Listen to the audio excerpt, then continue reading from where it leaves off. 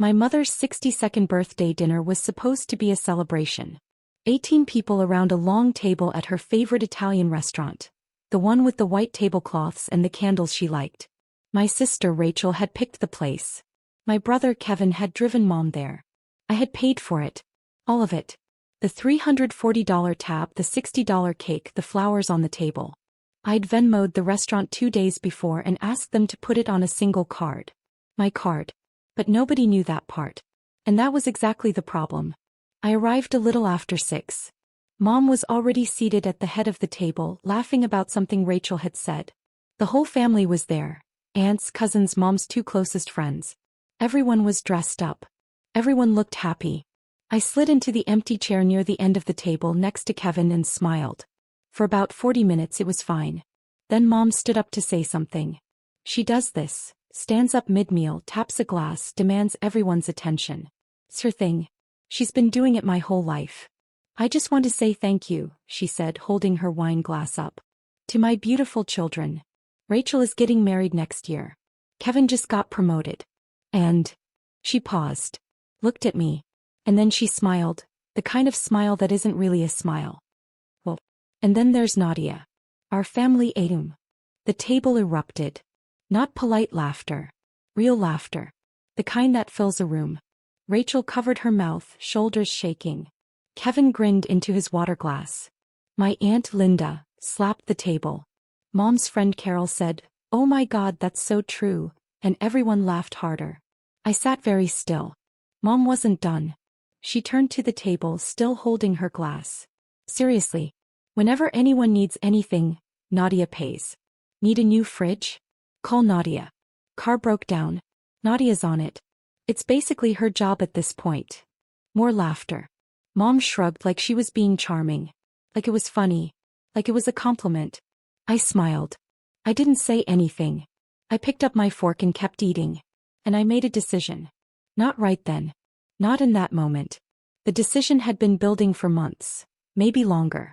But sitting there watching my mother use me as a punchline in front of 18 people, watching no one defend me, watching the woman I'd spent 4 years financially keeping afloat laugh at the fact that she'd been doing it, something inside me went very, very quiet.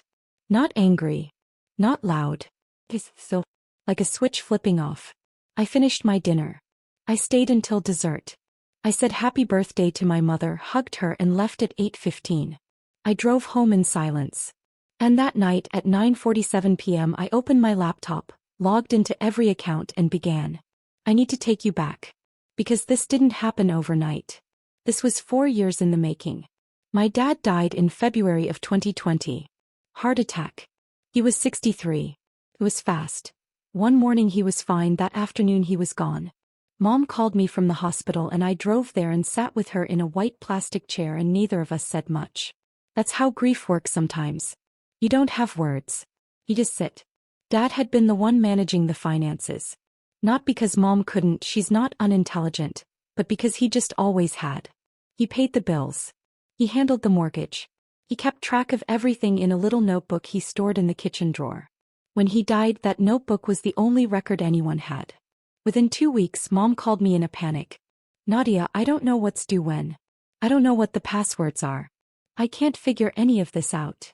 I was 29. I just finished my master's in finance.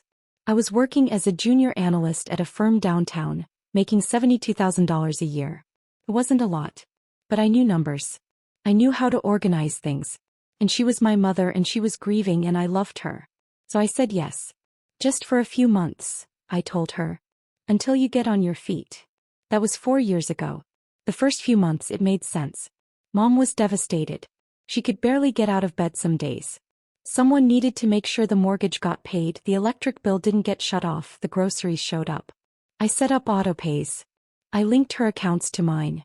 I created a spreadsheet because of course I did, and tracked every single dollar going out the door.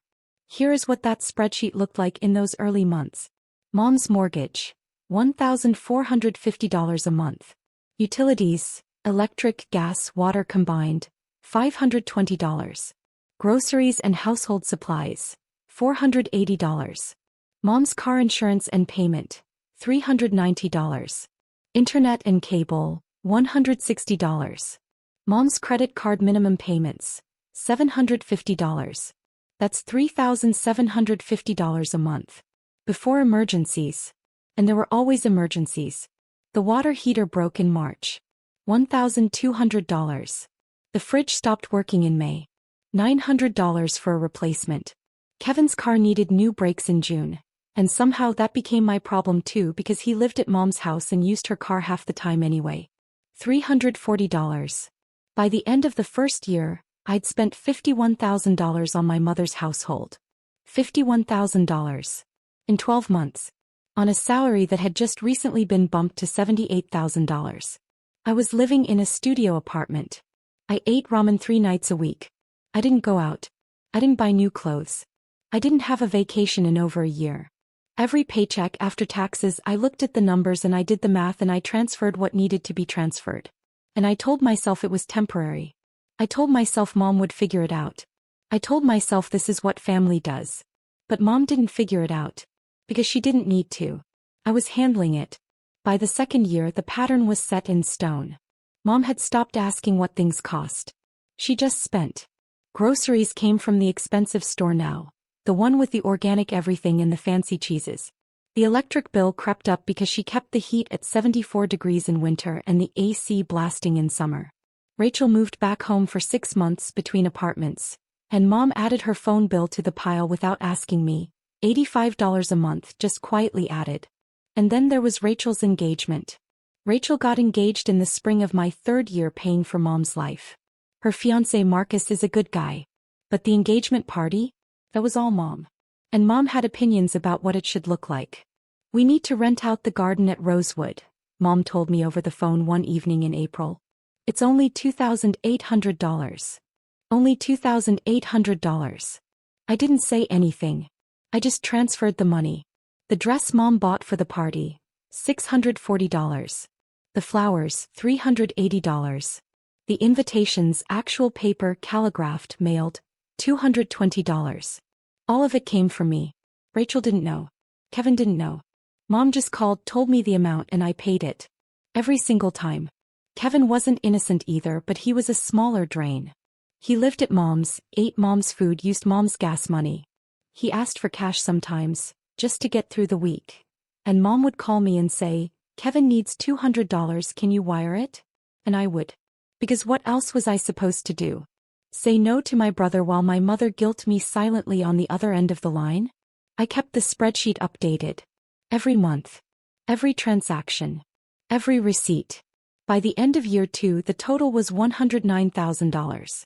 By the end of year 3, it was $163,000.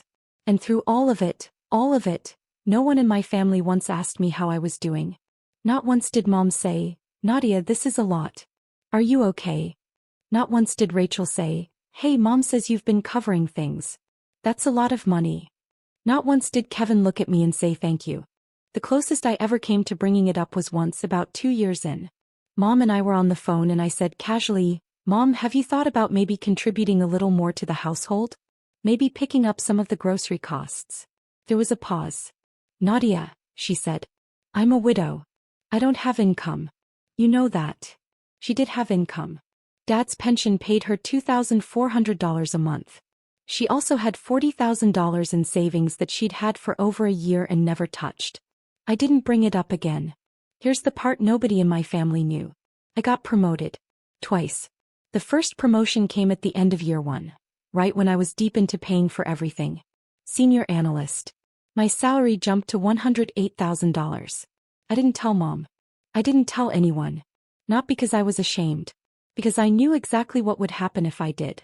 The requests would get bigger. The emergencies would increase. The expectations would double. I'd watched it happen before. Once early on I casually mentioned I'd gotten a small bonus at work. Within a week, Mom called asking if I could help out with a $3,000 repair on the kitchen floor. The bonus was $2,400. She didn't know that. She didn't care. So I kept quiet. When Mom asked what I did for work, I said, I work in finance. She'd nod and change the subject. She never asked how much I made. She never asked what my job actually involved. Rachel never asked either. Kevin certainly didn't. At family dinners, conversations about my life lasted about 12 seconds before someone changed the subject to Rachel's latest boyfriend or Kevin's new apartment or something mom needed fixed. I'd learned over time to stop bringing it up. It was easier to disappear into the background than to be ignored in the foreground. The second promotion came 18 months later. Director of Financial Analysis. My salary moved to $145,000. My apartment stayed the same, a small one-bedroom in a quiet part of the city. I drove a 2019 Honda Civic with 67,000 miles on it. I wore the same clothes to work that I'd worn for years. I looked to anyone paying attention like someone who was just getting by. Nobody was paying attention. I had savings too. Not a fortune, not after 4 years of bleeding money into my mother's household, but enough. A retirement account that I'd been quietly building since my mid-20s. A small investment portfolio. Nothing flashy, just steady contributions that I'd managed to keep consistent even through the worst months of paying for Mom's life. An emergency fund that I'd rebuilt 3 times because Mom's emergencies kept draining it. I was not struggling. But I was not living. There is a difference, and I felt it every single day. So there I was at Mom's birthday dinner, listening to her call me the family ATM in front of 18 people. And I thought, she's right. I am the family ATM. But ATMs can be closed. I didn't make a scene. I didn't stand up and say, actually Mom, you want to talk about what I've been paying for? I didn't point out that the dinner we were sitting in she hadn't paid for. I didn't say a single word. I'd spent 4 years not saying a single word, and one more evening wasn't going to change that. What changed was something quieter. Something inside. It was the way everyone laughed. Not just Mom but Rachel and Kevin and Aunt Linda and Carol. The way no one looked at me after. The way Mom moved on to the next toast like she hadn't just put a target on my back. Like I was furniture. Like I was a function, not a person. I finished my dinner. I stayed until dessert. I said happy birthday to my mother, hugged her and left at 8:15. I drove home in silence. And that night at 9:47 p.m. I opened my laptop, logged into every account and began. First I logged into Venmo and changed my password. Then Zelle. Then PayPal. I went into my bank's app and removed Mom's account from my linked transfers. I changed the password on the shared grocery delivery account. I went through every autopay I'd set up over the past 4 years. The mortgage, the utilities, the insurance, the credit cards, and I turned them off. One by one. Methodically. Like I was going through a checklist. It took me 43 minutes. When I was done I closed my laptop. I sat on my couch for a while in the dark. I didn't feel angry. I didn't feel triumphant. I felt something closer to exhaustion. Like I'd been holding something heavy for a very long time, and I'd finally quietly set it down. Then I went to bed. I slept better than I had in months. The next morning was a Thursday. I woke up at 6:30, got ready for work and drove to the office like any other day. I didn't check my phone until 9 a.m.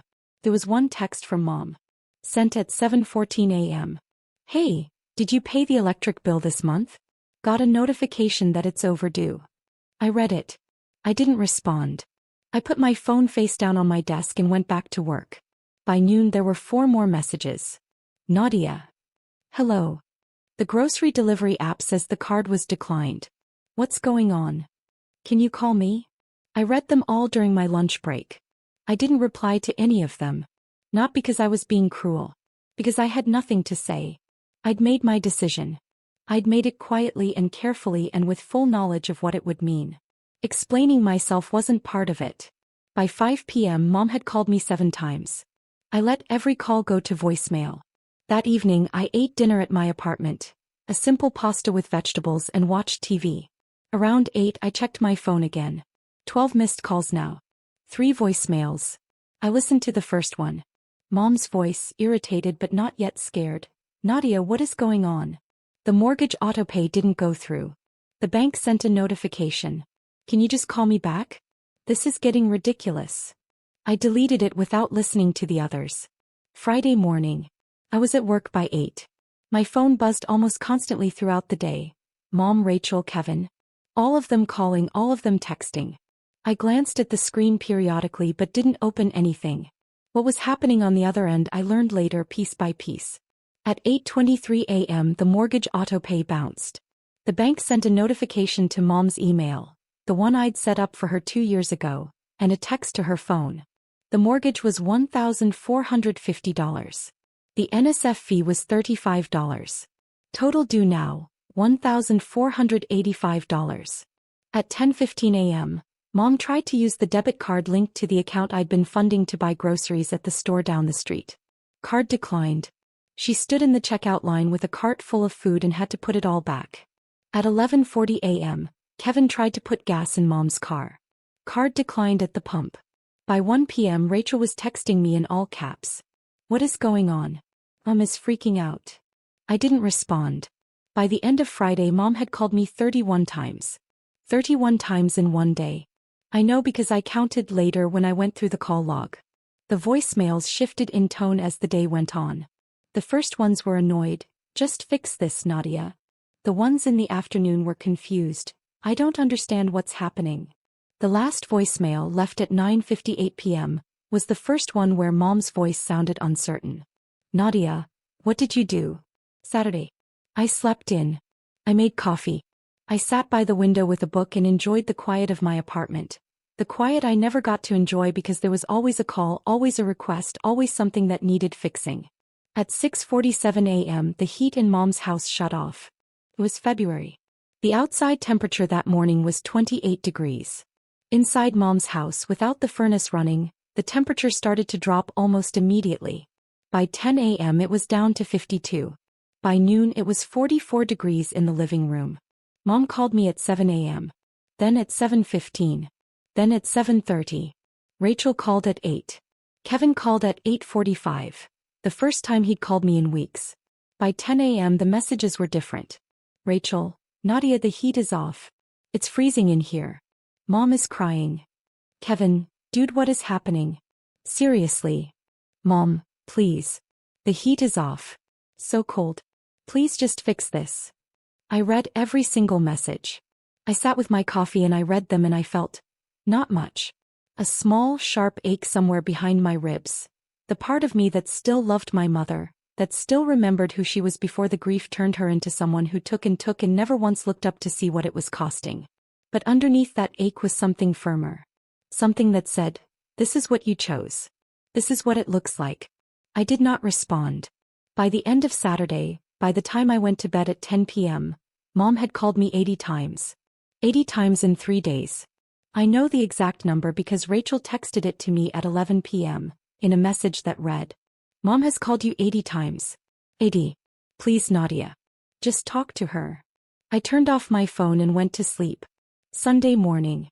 I was making breakfast when I heard a knock at my door. It was Rachel.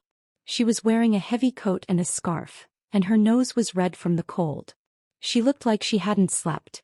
When I opened the door, she stood there for a second looking at me, really looking at me, maybe for the first time in a long while. Then she looked past me into my apartment. It's a small place. 1 bedroom, a kitchenette, a living room that doubles as a dining room. The furniture is simple. No artwork on the walls. A single bookshelf half full. The kitchen counter had my coffee mug, a toaster, and a bowl of apples. That was it. Rachel stepped inside slowly. She turned in a small circle, taking it all in. Her engagement ring. The one Mom had made a huge deal about, the one I'd quietly helped Marcus pick out without him knowing, caught the light from the window. "This is where you live," she said. Quietly. Like she was hearing herself say it for the first time. "Yeah," I said. "You want coffee?" She didn't answer. She was still looking around. At the worn couch. The second-hand bookshelf. The small TV. The shoes lined up neatly by the door. 2 pairs. The closet half open, showing a row of simple clothes. "Nadia," Rachel said. She turned to face me. Her eyes were filling up. "How long have you been paying for Mom's house?" I poured her a cup of coffee and handed it to her. "Sit down," I said. She sat. And I told her. Not everything, not every single number, not every single bill. But enough. I told her about the spreadsheet. I told her about the mortgage and the utilities and the groceries and the car payments. I told her about Kevin's breaks and Mom's credit cards and the engagement party flowers and the calligraphed invitations. I told her the total. $187,000, I said. Over 4 years. That's what the bank confirmed. Rachel didn't say anything for a long time. She held her coffee cup in both hands and stared at the table. Her face went through several things: confusion, disbelief, and then something that looked a lot like shame. She didn't. Rachel started. No, I said. She didn't know how much. Or she didn't want to know. Either way. And you never said anything? When would I have said something, Rachel? Every time I tried, she made me feel guilty for asking. I'm a widow. I don't have income. She has Dad's pension. She has savings. He just never had to use them. Because I was covering everything. Rachel set her coffee down. She pressed her hands against her face. Oh my God, she whispered. We sat in silence for a while after that. The morning light moved across the kitchen floor. Outside, a car passed. Somewhere down the hall, a neighbor's dog barked. What do you want me to do? Rachel finally asked. Nothing, I said. I don't want you to do anything. I just want her to understand what's been happening. And I want her to figure it out. Rachel nodded slowly. She looked at me, really looked, and something in her expression shifted. Not pity. Something more complicated than that. I'm sorry, she said. I'm so sorry, Nadia. I had no idea. I know, I said. That's part of the problem. On Monday morning, Mom called the bank. She'd been calling me all weekend, 80 times by Saturday night, and another 40 by Sunday evening. I hadn't answered once. So on Monday, desperate, she called the bank directly. She wanted to know why the payments had stopped. She wanted to know what was wrong with the account. The bank manager, a woman named Sandra, was professional and calm.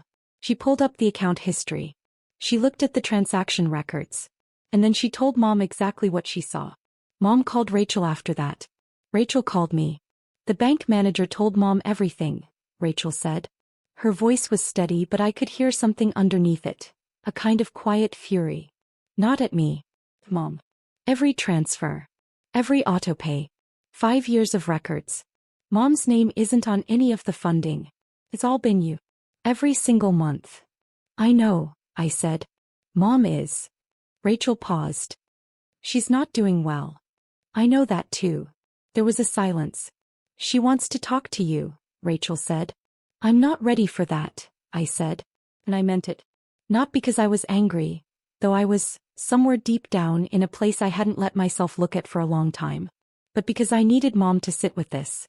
To really understand what had happened. Not just the numbers. The years. The silence. The loneliness of being the person everyone relied on and no one ever thanked. Okay, Rachel said. I understand. By the end of the first week, the consequences had compounded into something Mom couldn't ignore or minimize or laugh off. The mortgage payment had bounced twice now. The bank had sent a formal notice. Not yet a foreclosure warning, but close. The language in the letter was careful and specific, and it made clear that continued non-payment would trigger the next stage of the process. The heat had been off for 5 days. Mom had called a repair company on Sunday, but when she gave them her card, it was declined. She didn't have the $847 needed to cover the past due gas bill plus the $200 reconnection fee. She called Rachel, who didn't have it either. She called Kevin, who had $60 in his checking account. The electric bill was $380 overdue. A shut-off notice had arrived in the mail on Tuesday. The car insurance payment had bounced. A letter arrived Wednesday saying the policy would be suspended in 10 business days unless payment was received. Mom's credit cards, 2 of them with minimum payments I'd been making for years, were now past due. Late fees had kicked in. The credit card company had called twice. And the grocery situation was, in Mom's words, a disaster. Without the card working, without cash, without anyone to cover it, the fridge was running low. Mom had $2,400 in her pension, which had deposited on the first of the month. But that money had to cover everything now. And $2,400 doesn't stretch far when you're used to spending $4,000 a month. Kevin, to his credit, had started looking for a part-time job. It was the first time in 2 years he'd done anything like that. Rachel had quietly started paying for some of Mom's groceries out of her own pocket. Not a lot, but enough to keep the fridge from being completely empty. Mom called me every day. Sometimes 10 times a day. Sometimes 20. The voicemails evolved. By Wednesday of the first week they sounded like this. Nadia, please. I know I said something stupid at dinner. I'm sorry. Can we just talk? Please. By Friday. The heat is still off. It's so cold in this house. I don't know what to do. Please, baby. Please just help us. Just this once. I promise we'll figure it out. By the following Monday, day 8. Nadia, I talked to the bank. I know how much you've been paying. I didn't realize. I swear I didn't realize it was that much. Please call me back. I'll do anything. Name your terms. Just please call me. I listened to every voicemail. Every single one. And I did not call back. While my family was falling apart financially, I was doing something I hadn't done in 4 years. I was living. The first week after I cut off the payments, I took the $3,800 I would have transferred to Mom's household and I did something different with it. I paid off a chunk of my student loans, a payment I'd been putting off for months. I set up a new automatic transfer into my investment account. I bought groceries at the store I actually liked, the one with the good bread and the fresh fish. I ordered a meal from a restaurant I'd been wanting to try for over a year. It was a Tuesday night when I sat down at that restaurant, a small Italian place with dim lighting and candles on every table, and ate a meal alone and enjoyed every single bite. The waiter asked if I was waiting for someone. I said no. He smiled and brought me another glass of wine and didn't ask again. I sat there for almost 2 hours. I ate slowly. I tasted everything. And for the first time in a very long time, I didn't feel guilty about spending money on myself. Because here is the truth that no one in my family understood. I had been paying for their life at the expense of my own. Not just financially. The constant calls. The constant requests. The constant low-level anxiety of knowing that if I didn't pay attention something would break, something would shut off, someone would be in trouble. It lived in my chest like a weight I carried everywhere. To work. To bed. To the grocery store. And now it was gone. The silence in my apartment in those first few days wasn't lonely. It was peaceful. It was the first real peace I'd felt in 4 years. Rachel came back on the following Sunday. And the Sunday after that. She didn't come asking me to fix things. She came to sit with me. To talk. To understand. I think in her own way she was trying to make up for 4 years of not noticing. Not all at once. But slowly. One visit at a time. The second time she visited, she brought a bottle of wine and we sat on my couch and she asked me questions. Real questions, the kind no one in my family had asked me in years. What did I actually do at work? What did I enjoy? Was I happy? Did I have friends outside of the office? When was the last time I did something just for myself? I couldn't answer that last one right away. I had to think about it. I told her the truth. About the promotions. About my salary. About the fact that I'd been living in this small apartment not because I couldn't afford anything better, but because every dollar I spent on myself felt like a dollar taken from the family. I'd internalized it so deeply that I didn't even realize for a long time how wrong it was. I thought this was just what you do, Rachel said, holding her wine glass. For family. It is, I said. But not like this. Not one person carrying everything while everyone else benefits and no one says thank you. That's not family. That's just free labor with a guilt trip attached. Rachel was quiet for a long time after that. Mom doesn't understand, she said finally. I know. She thinks money just appears. Like it always has. Dad handled it before and then you handled it and she never had to think about where it came from. Yeah, I said. That's exactly it. So what happens now? I took a sip of my wine. Now she learns. By the end of the second week, the situation at Mom's house had forced some hard decisions. Mom had used Dad's pension money, the $2,400 she'd been saving untouched for years, to cover the most urgent bills. The heat came back on. The mortgage made a partial payment, enough to delay the formal warning. But it was a band-aid.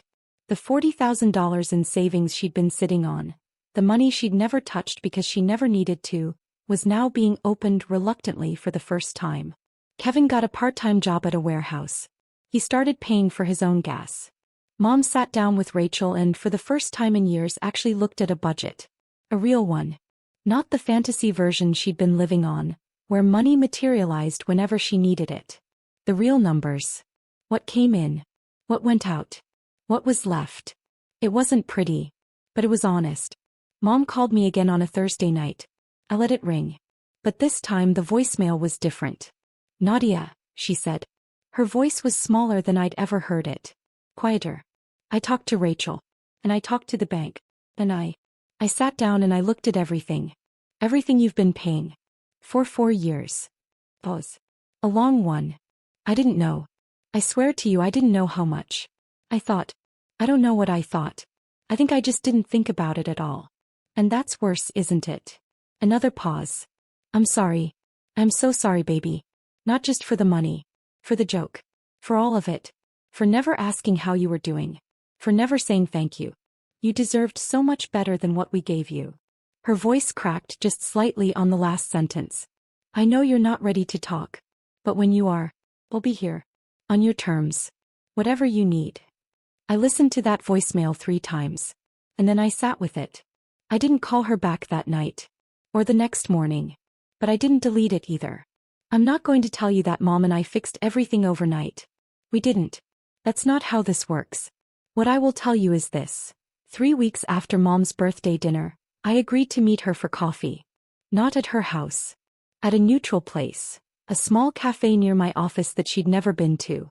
We sat across from each other and Mom looked tired and smaller somehow, like the weight of the past few weeks had physically shrunk her. She didn't make excuses. She didn't try to guilt me. She just sat there and listened while I told her, calmly, quietly, what the past 4 years had actually been like for me. The loneliness. The stress. The feeling of being invisible while being essential. The way she'd made me feel at that dinner like I was a joke. Mom cried. I didn't cry. I'd already done my crying months ago alone in my apartment in the dark, on nights when the weight of it all became too much. When I was done, Mom nodded. What do you need from me? She asked.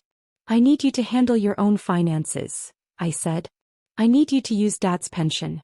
I need you to sit down with Rachel and make a real budget. I need Kevin to contribute. And I need you to stop treating money like it grows on trees. Or like it grows on me.